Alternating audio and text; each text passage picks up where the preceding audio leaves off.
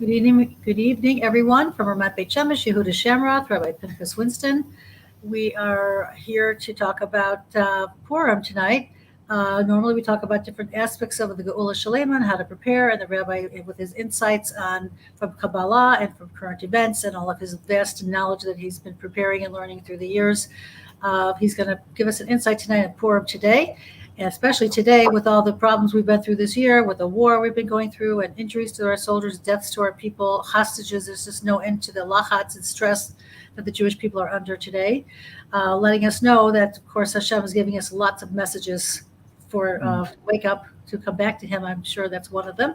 And I leave it to the rabbi to give us the rest. So without further ado, Rabbi?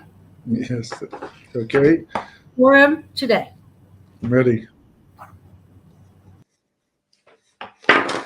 I could probably use both sets of glasses with the situation today. One of the most important, there's different, it's like a car. You look at a car, and a car looks pretty simple.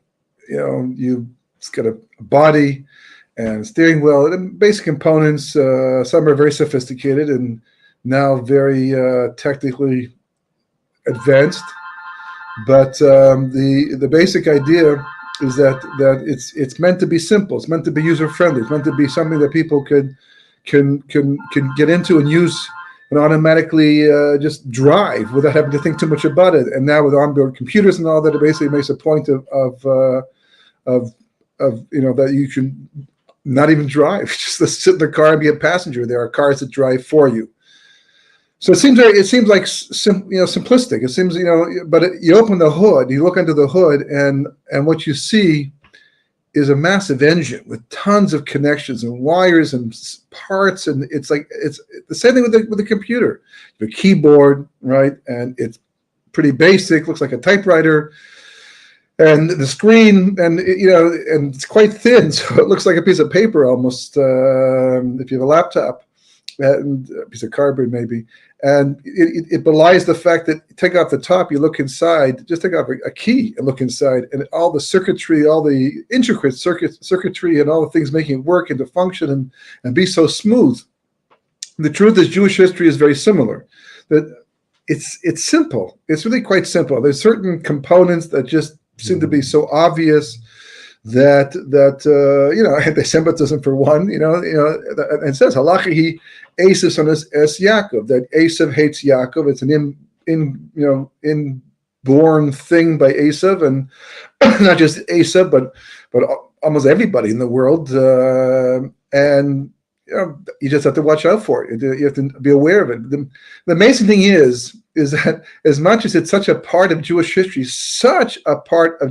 now when a person's sick, God forbid, and they go to the hospital, first thing they do is take a family history, and they need to know the personal history. And once a person has had a certain illness, they have to kind of watch out for it after that. They become sensitive to it, and some more than others. And you don't shake it off. You may not have the same problem the rest of your life. Some problems, clearly, a person will, heart issues and like that. But even if you don't have it the rest of your life, there's a potential, and you watch out for it, and you try to protect yourself from it because it's part and parcel of who you are. And even though you didn't have something, but your parents did, your grandparents did, it becomes part of your history too, and you have to be aware of it. The doctors point this out, and they give you a certain direction in life to try to avoid the situation. Jewish history is exactly the same way, but the essential difference is obvious, and that is when it comes to my personal history, we're talking genes, not the kind you wear, right, but the ones that run your body.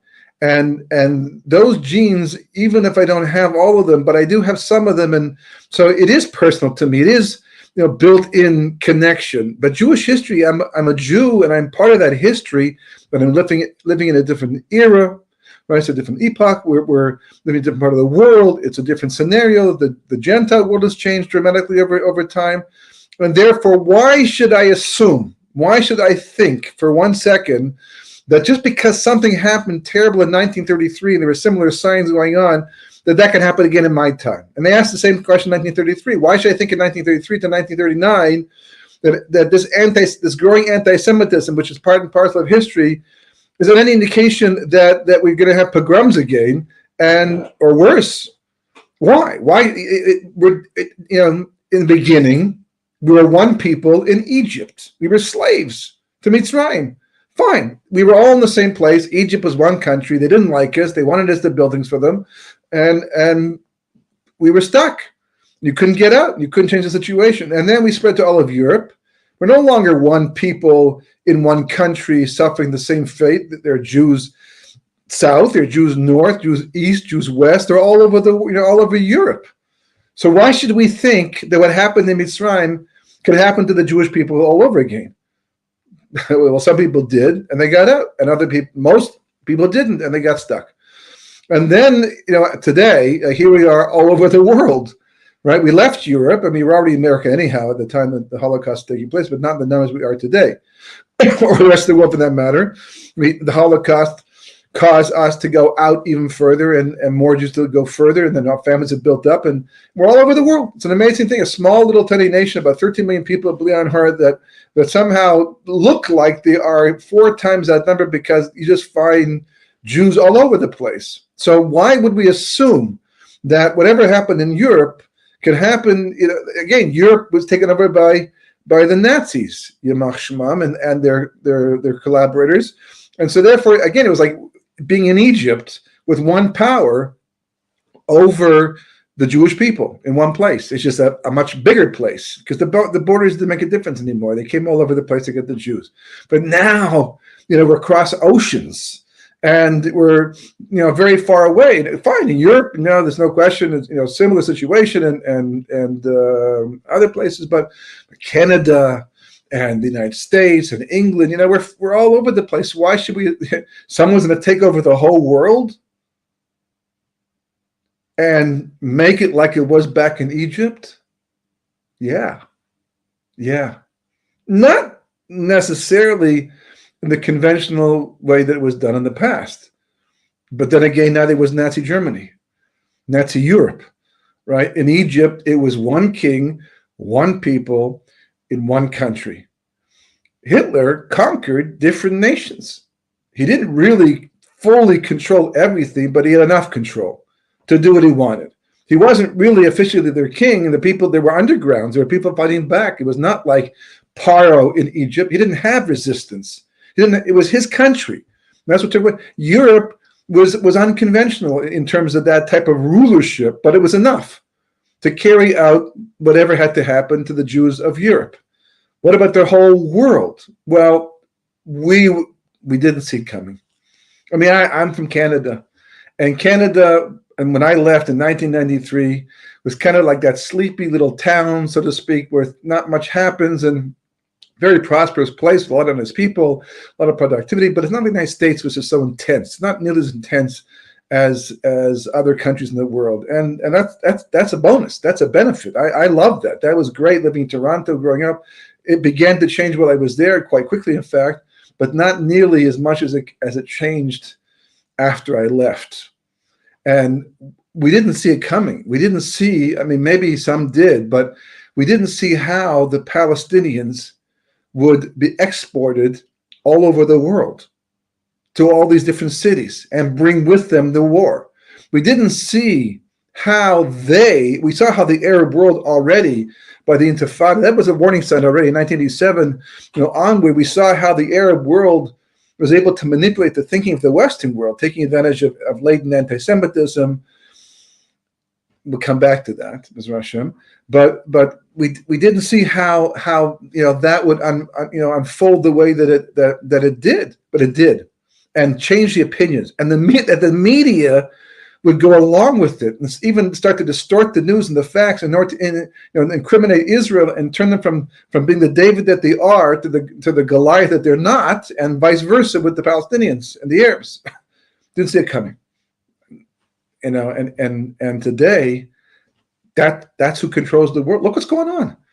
Look what's going on. It would not be going on today if it wasn't for the Arab world, and specifically the Palestinians.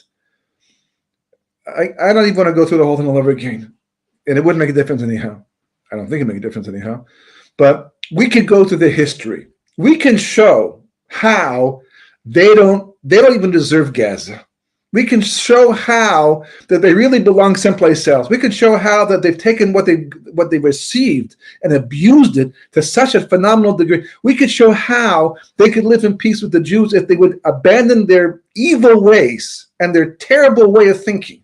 We could show that. It doesn't take much effort, but it would make a difference because people aren't listening. They don't want to hear it. Not only the non-Jewish world, but even within the Jewish world itself.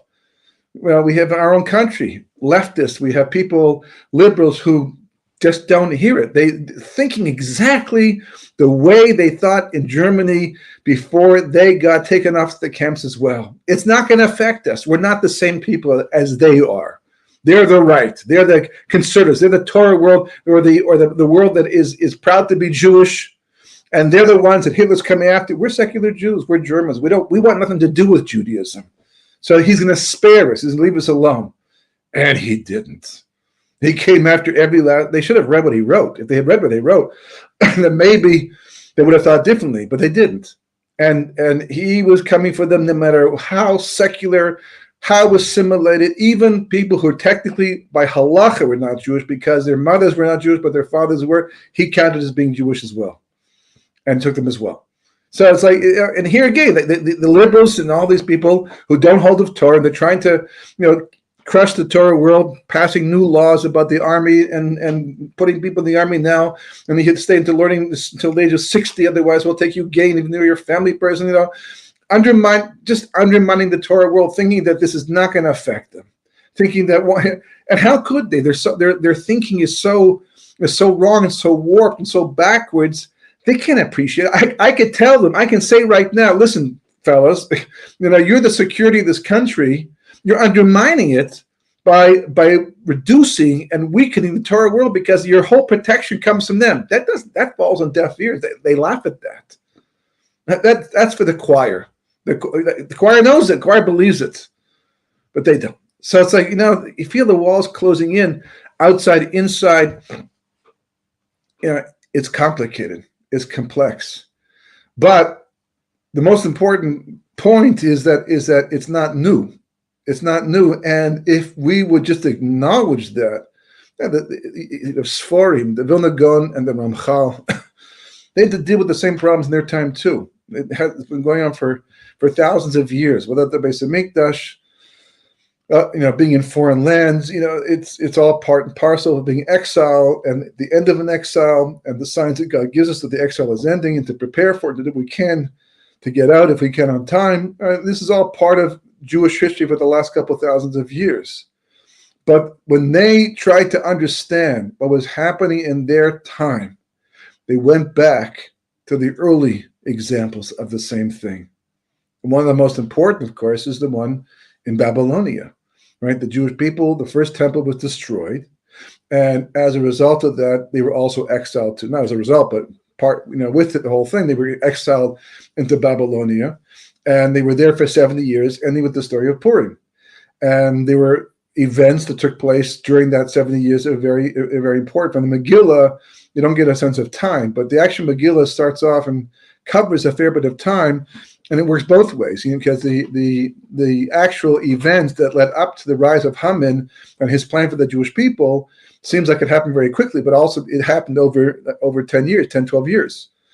But the rise of Haman and the fact that he chose the lot to destroy the Jewish people and his rise to power and then his fall from power, it seems like it happened over a long period of time, but it actually happened over 70 days.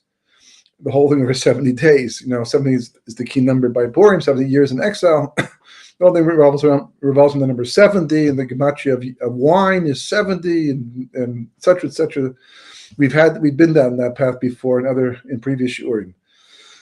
I have a book, Redemption to Redemption, about the connection between Purim and Pesach, especially for this year because it's a leap year, but for all years as well. And then you get that book and get all the details. But and other books too talk about these similar concepts. But they look at that Galva's bubble to try to understand what is happening and why it's happening. And clearly, it's not just a random thing. It's not just because the Jews sinned. We tend to approach it as if, everything could go okay. Let's say, for example, that the Jewish people in America, because that's where the other half of the Jewish population is, the rest in small amounts in other countries, and the other half basically Eretz Israel, right? Let's say the Jews of America had a massive tshuva movement.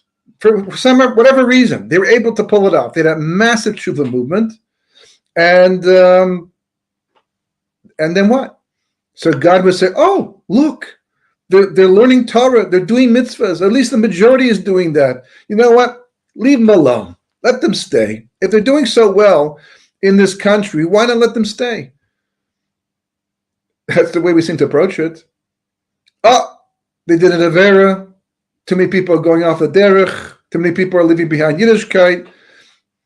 We're going to have to, bring in anti-Semitism because, as they say, nothing is better for the Jew than anti-Semitism, to bring out their identity, to force them to realize who they are, what their background is.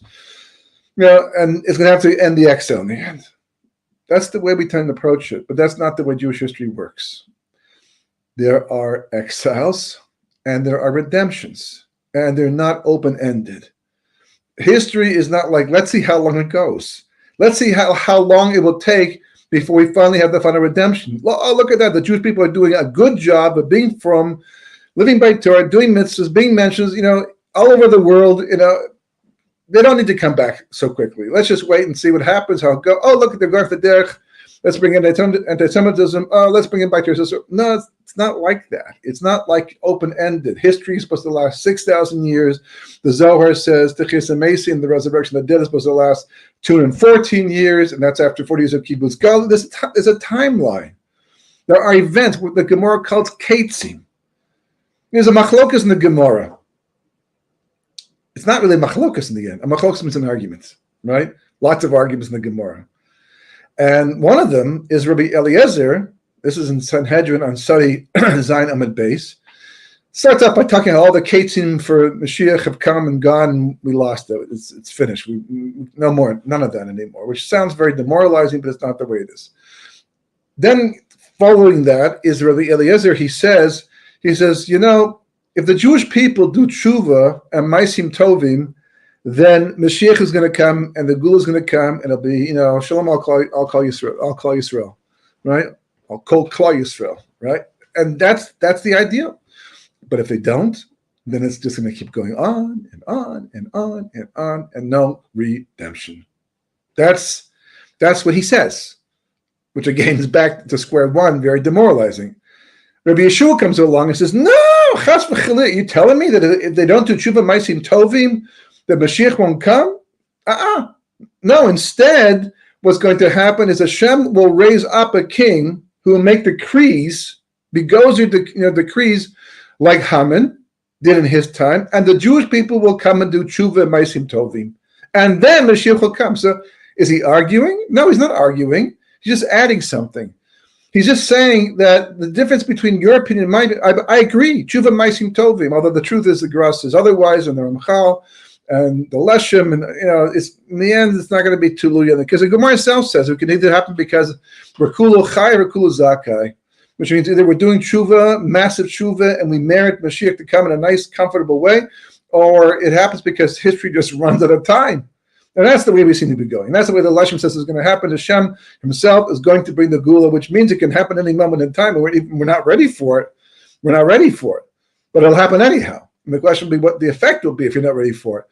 But Yeshua is saying that no, that it has to happen by a certain time. And if they don't do the tshuva and maisim tovim, don't worry, Hashem's got it covered, right? He's going to send someone in to make decrees and do things that will force the Jewish people to do tshuva. And then Mashiach comes. He agrees, at least in principle. It's interesting that the Gemara should use Haman as an example, because there's lots and lots of Gentile leaders who have made decrees over the course of time. Now it's true Haman was one of the first ones because the exile, but even before him there were others making decrees against the Jewish people. I guess most of them didn't attempt genocide, but the Gemara uses them as an example, which seems to imply, not absolutely, but you certainly could learn out, and this is the way Chazal often work, that the whole reason for Haman was not because the Jewish people were just, doing the wrong thing. But we know that the redemption was predicted for 70 years. That was a case. Had to happen by that time. The Jewish people were not fitting to be redeemed. What reason? This is the problem with living in exile. We see assimilation in America, Canada, all over the world, right? But it gets to a point where Hashem says, it's time to wrap things up. You were in this exile to accomplish specific things, and now it's time to wrap things up. It's time to bring a redemption. It's time to have a Moshiach, a savior, and to bring about the end of this exile. So, ready or not, here it comes. Oh, you're not ready? Okay, well, I'll help with that. And he raises up against all odds, against all logic, Mumuchan, who was once a barber, the Gemara says, in a small town, and he never really amounted to anything. But somehow he found his way into the palace and eventually became Mishnah Masech in command. The Gemara says a remarkable thing. It's like a remarkable thing.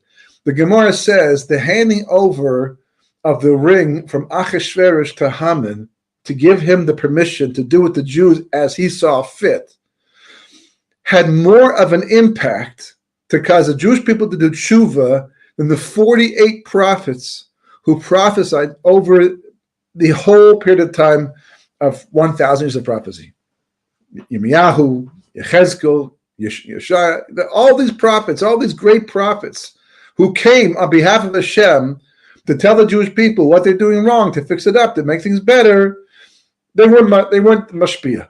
They weren't influential. They weren't able to have the desired effect. I mean, Yonah ran away because he knew if he went to Nineveh, they would listen. He was worried they would listen. And if they listened, it would reflect badly on the Jewish people because back home, every time he's spoken up in his mouth, they wouldn't listen to what he said.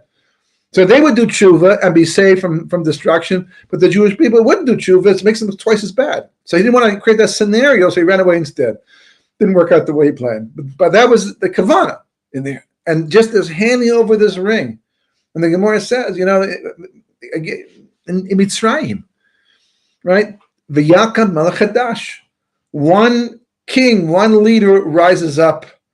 But not even necessarily one leader, but one leader in general, rises up and he galvanizes all the anti-Semites and all the hate towards the Jews and all the confusion, and forces the other people to participate out of their own fear for their own lives in the end. But somehow just works out that it changes the direction of the Jewish people against their will, because it should have been our will to change it on our own, but we did because we weren't thinking redemption.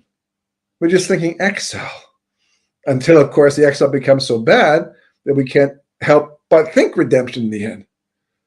Mordechai says to Esther, one of the turning points, the climax of the entire Megillah. We make it. It's funny. The story is almost childish sometimes, and it seems to bring out the joy of the whole holiday. But it's a serious work, Megillah's Esther.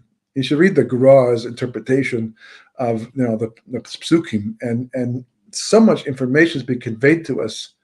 I mean, we know, for example, that in where it mentions that the sons are written in a row because they're also hanged. You can read them in one breath. You're supposed to read them in one breath because they were hanged. They died at the same time, and in those 10 sons' names, there were actually hundreds of Haman's sons, but these ones specifically died. And there are 3 letters that are small. It turns out that those 3 letters are the gematria 708.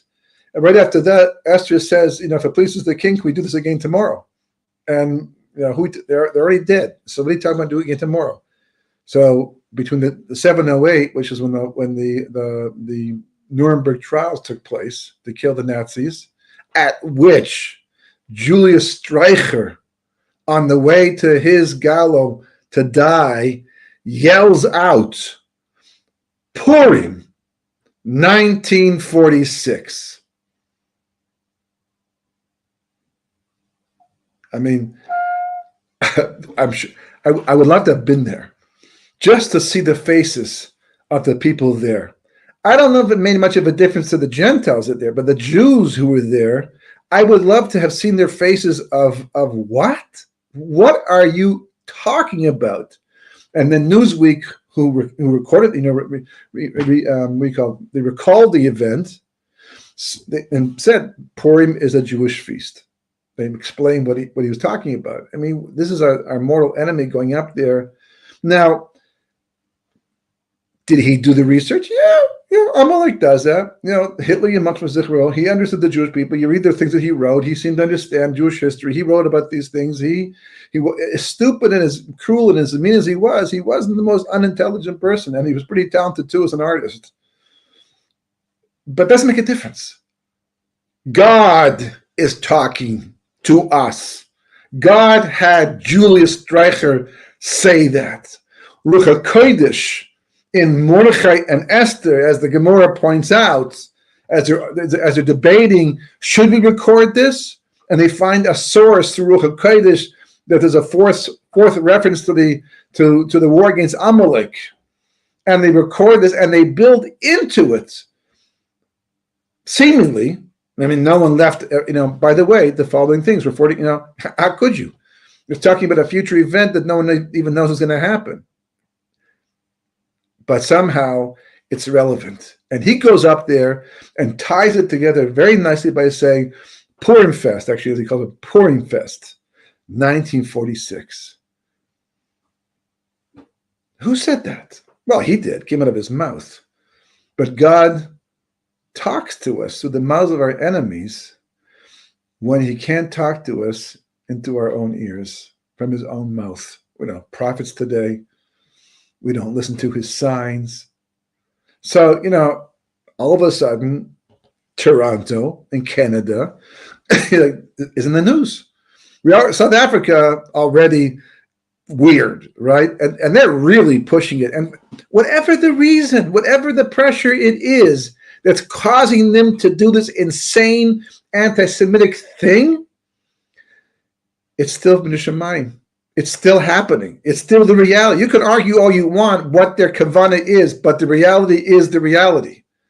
And telling people that they cannot come back to South Africa without getting arrested if they fought for the Israeli army, after already taking us to the Hague and accusing us of war crimes, and now Canada, right, very, very carefully has found a way to ban shechita and has come out saying that we're not going to provide arms anymore to Israel. I don't know what we're getting in the first place, but look at the pictures. Palestinian pressure. And I tell you something that's really weird, but you have to think about it, right? The leader today, Vayakam Melech Hadash, look at Haman was a nobody. Paro, you should know, lost his job. When they first came to Paro and said to him, we want to start abusing the Jewish people. We want to start taking advantage. We don't want to have a debt anymore to Yosef and his brothers. The last of the brothers died, so now let's turn the situation on its head and use them instead to our bidding. And Paro says, I can't do that. I have, of course, a Tov. Medrash says this. To Yosef and his brothers, I can't do that. So I said, fine, okay, well, you gotta have a job. We'll get another Paro instead. Someone else who will do it for us instead. So it says, the Medrash says that he was out of a job for a while. Went to the unemployment insurance, collected his checks and all that. Then he got lonely, homesick for the palace and the lifestyle, and changed his tune and came back and became the Paro that we're familiar with, who began the slavery and created the situation that became Galus Mitzrayim in the end. And Haman was a virtual nobody, a clown. Mordechai makes fun of him. He's, you used to be a barber, give me a haircut, right? And what happens to him is clown-like. He's the one, he thinks he's the one who's going to be riding around the horse, but instead he has to take Mordechai on the horse, and lo and behold, his daughter's on top of the roof, and she thinks it's the reverse, and she throws a bucket of not nice stuff down onto who she thinks is Mordechai, turns it to be Haman, and he looks up to see where it came from, and she sees her father, and she falls off the roof, either because she kills herself or out of shock, whatever, but she dies. And he goes home depressed from the situation, and also as an avil, right? It's like, it's kind of comical, the whole thing, how it all happens. When evil people die like that, it's like, okay, there's Palestinians were nobody. Just go back in time. Just go back to Jordan when they used to live in Jordan. There's a reason why there's not a single Arab country that is offering their place to live. There's a reason why so many Arab countries would wish they just go away. There's just, they want to advance in this world. They want to get along with Israel even and start working on becoming prosperous and the good life. And the Palestinians refuse to let it happen.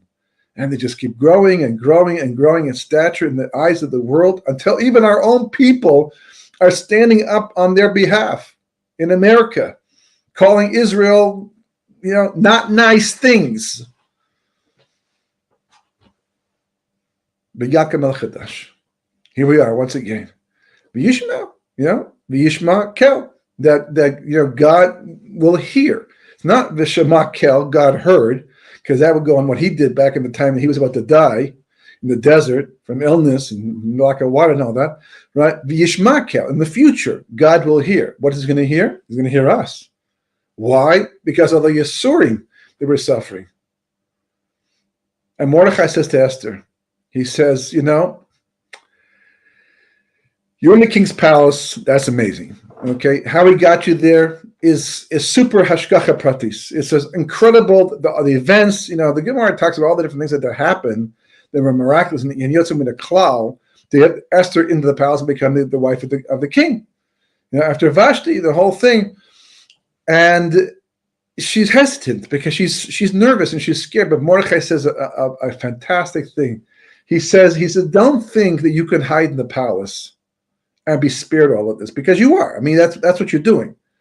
Because in the end, he doesn't say he'll come after you too. He doesn't say that. You might be safe the entire time through.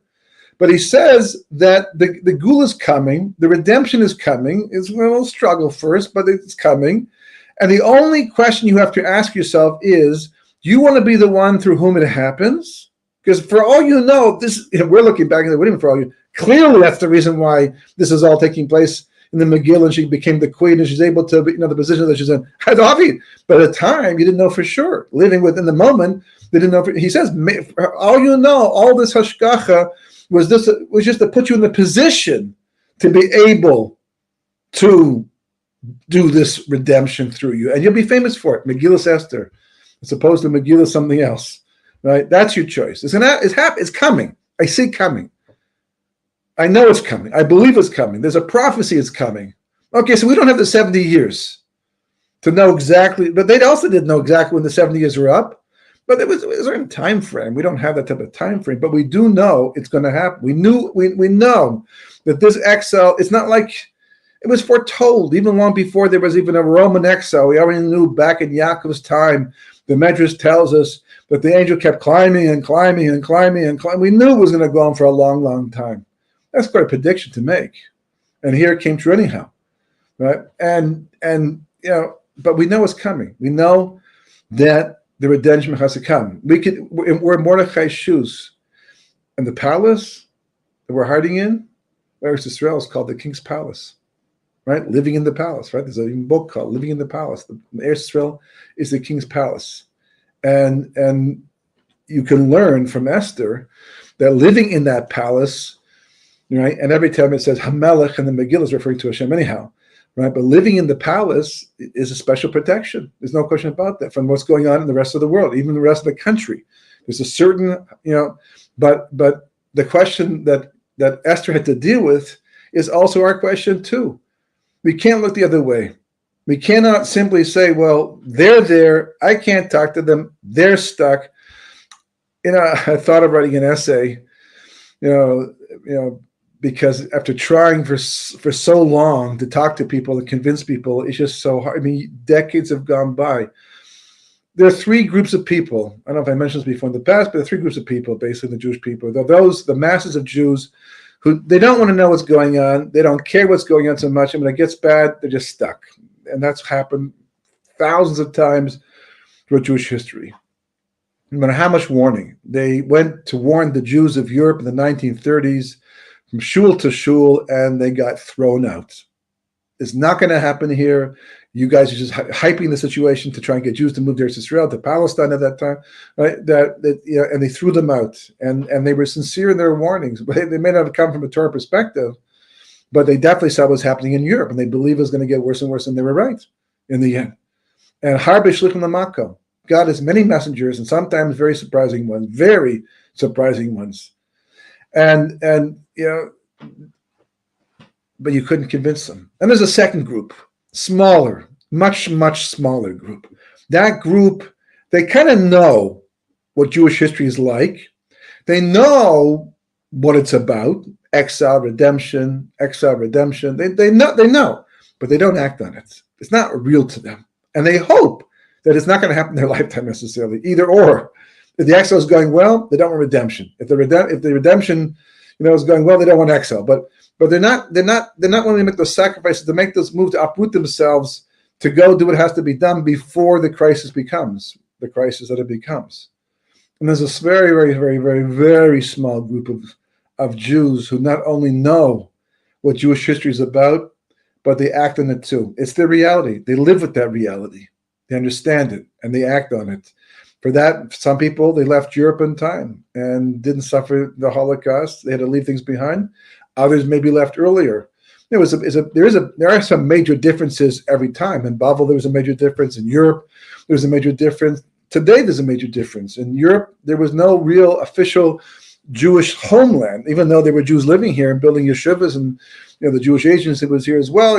But not like today, where we have so much set up the way it is, and we have banks, places to send your money, to invest your money. People over the years could be making deposits in Eretz Israel and transferring their assets from Chutz La'aretz to Eretz Israel, as they should have been doing while it was still possible, while it was still peaceful. It just takes one law.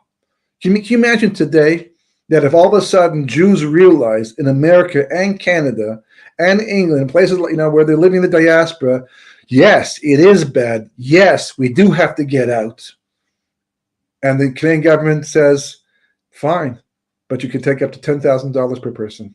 That's it. Now, some people don't even have that, but others do.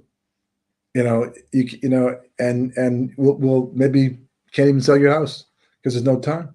Or they know you want to leave. They know you're in a rush to get out. You're Jewish. You want to go? I'll give you half the amount, a quarter of the amount of the value of your house. Can you imagine how quickly that could happen?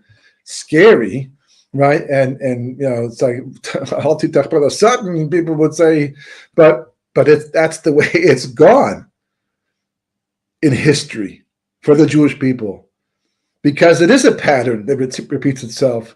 The Vilna Gaon certainly said that and wrote a whole sefer around that, and the Ramchal echoed. Well, actually, he came first, so the other way around. He did the same thing as well, and countless others since then. And with our own eyes, we can see the patterns, right? And here is Purim coming up again, God willing, on Sunday and Monday, right? Purim once again, and it's all day to have a blast of a lot of fun, but its message is so important and so strong now, because the walls are closing in. Make no mistake about it. People will. I can't change the minds of people and make them, believe things or accept things that they don't want to. But they're not going to hear it, because how do you uproot families from foreign countries while you still own all the properties that you bought and all the investments, and you didn't prepare for it? Over the last 70 some odd years, if not more, certainly over the last 2, 3, 4 decades, Jews have been making aliyah for different reasons.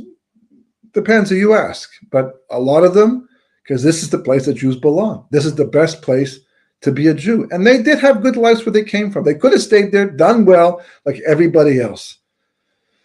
But they heard the call, and they responded to it. And as a result of that, they sold their houses at decent prices, and they moved their assets, without open the eyes of government agencies who might want to block it. And they're here. Didn't mean all the struggles are gone. They had to work to make it work 100%, and many still do, but they're here. And many people who might have wondered and said, did we make the right decision by coming because look at all the issues we have? In a little while, they won't have that question anymore. They'll be very, very grateful that somehow, for some reason, they saw that it was the right thing to do, to move to the king's palace, to be in there when things start to hit the fan. And it starts to, because it's inevitable. That is Jewish history. That's not me speaking. That's Jewish history speaking. That's not me speaking. That is the Torah speaking. Because it's right there and tells us, Yaakov Avinu, right? Going back to the beginning. Puim THIS also, at that time. He's there on a mission to marry what he thought was one wife. It turns out to be two wives, to have the Shvatim, to build up, amass some personal wealth, and then get out. And the moment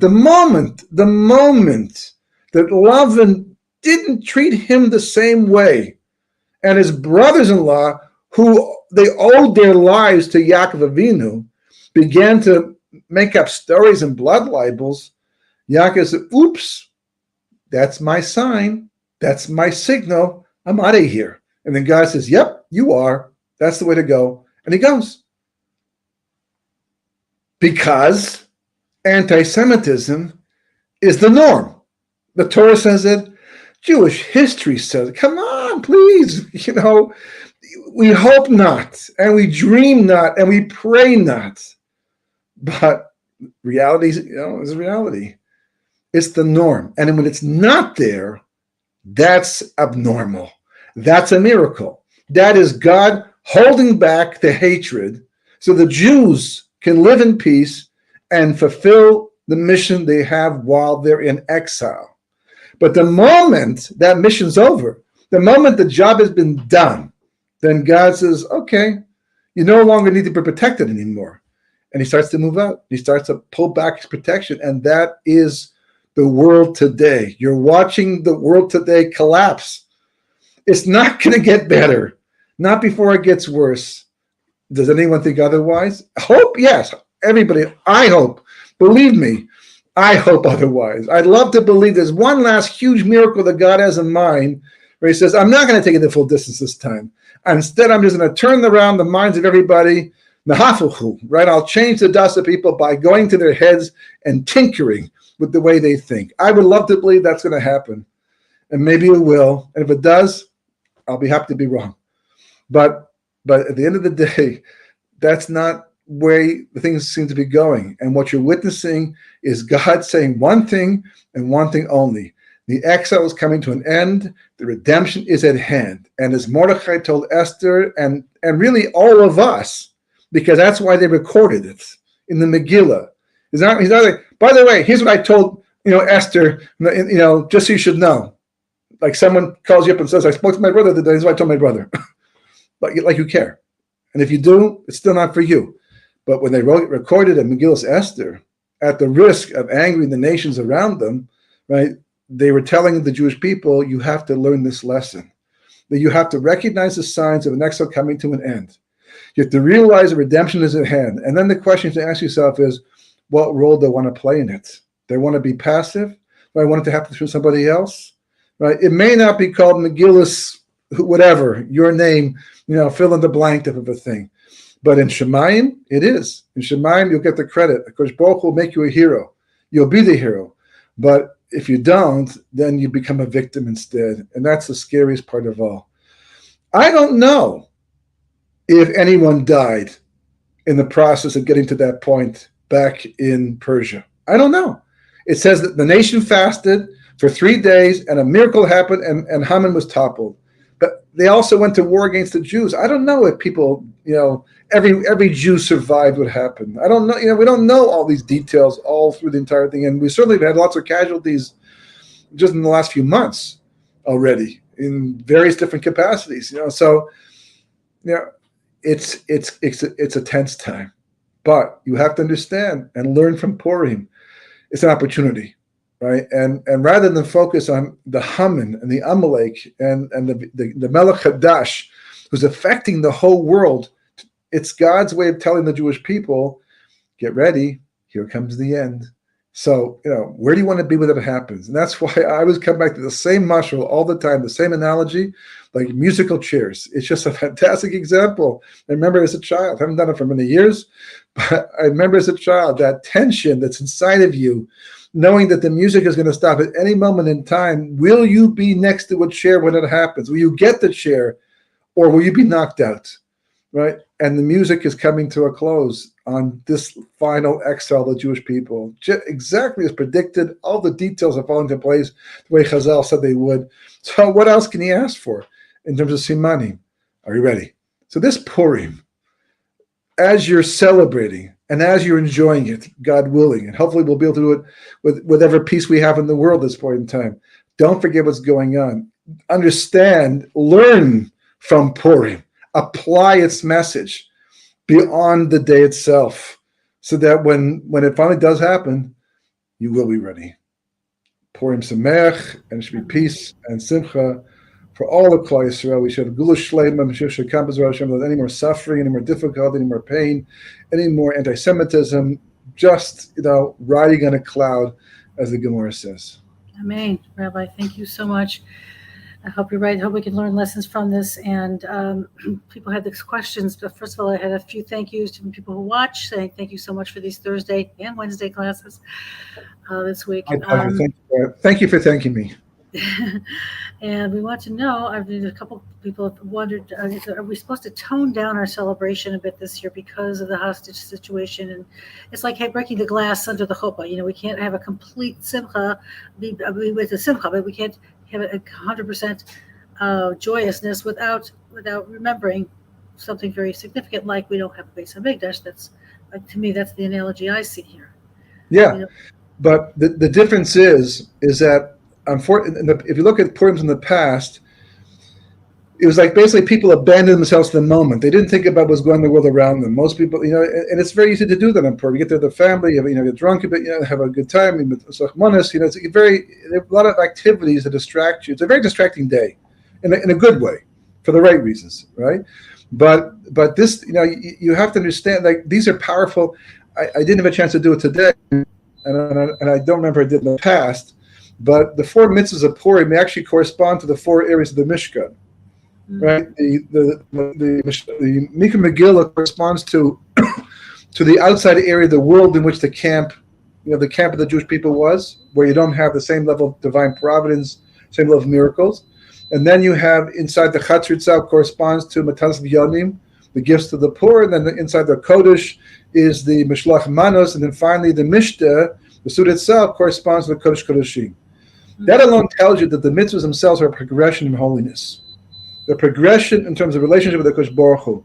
The progression in terms of Tikkun Olam. All the avoda of the Mishkan was for Tikkun Olam, Tikkun of the Jewish people, Tikkun of the world, to fix the world, make it a better place, and to bring the Shekhinah into the world. That's the way we're supposed to do Purim every year. That's the way we're supposed to do the mitzvahs of Purim every year. So, have a great time on Purim. Have the simcha.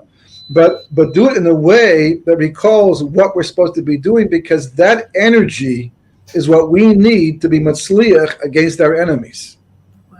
Okay. Thank you. That's really important to hear. I just want to make a quick announcement too that people have been passing around. It's a legitimate thing. There will be there's a call by the Rebbeim of Yerushalayim, a worldwide Shema tomorrow during the fast of Esther. At the same time, all over the world, if you can get out of bed in Sydney, Australia, maybe not, but Israel, 5:30 p.m., and New York, 11:30 a.m., and so on. And, London, will be 3:30. There's different times. I'm going to post it later on in this chat, and I'll post it also on Facebook. And if everybody can at least sometime tomorrow have in mind our hostages, have in mind the geula shalayma, have in mind the destruction of Amalek, so we can further our progression of the Jewish people to its place where we need to be, to shine in the world, to be the Or L'Gayim. Thank you so much, Rabbi, for speaking to us tonight. Purim Sameach, everyone.